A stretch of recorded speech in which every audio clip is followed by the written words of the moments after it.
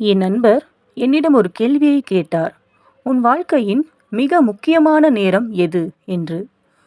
முக்கியமான நேரம் எது என்ற கேள்விக்கு நான் மட்டுமல்ல, எந்த மனிதனை கேட்டாலும் ஒரே பதிலாகத்தான் இருக்க முடியும்.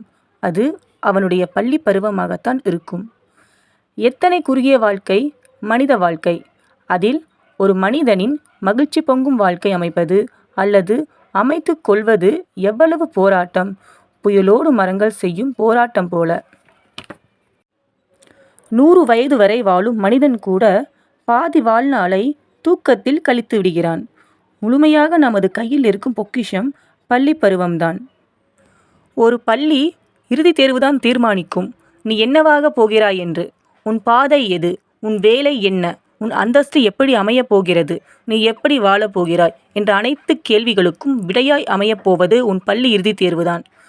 12ஆம் வகுப்பு பொதுத் தேர்வை சமூக வாயில் என்று கூட கூறலாம். ஏனென்றால் நீ எந்த பாதையில் போகப் போகிறாய் என்பதை தீர்மானிக்கும் முக்கியமான இடம் அல்லவா அது.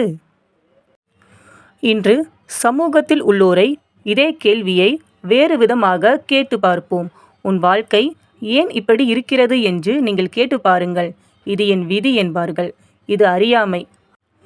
அவர்களின் வாழ்க்கையை கொஞ்சம் ஆராய்ந்து பார்த்தால் உண்மை புலப்படும். அவர்கள் அனைவரும் பள்ளியை தவறவிட்டவர்களாக இருக்கலாம், அல்லது பள்ளி இறுதித் தேர்வில் கவனமில்லாமல் வாழ்க்கையை தொலைத்தவர்களாக இருக்கலாம். தீதும் நன்றும் பிறர் தர வாரா என்பார்கள்.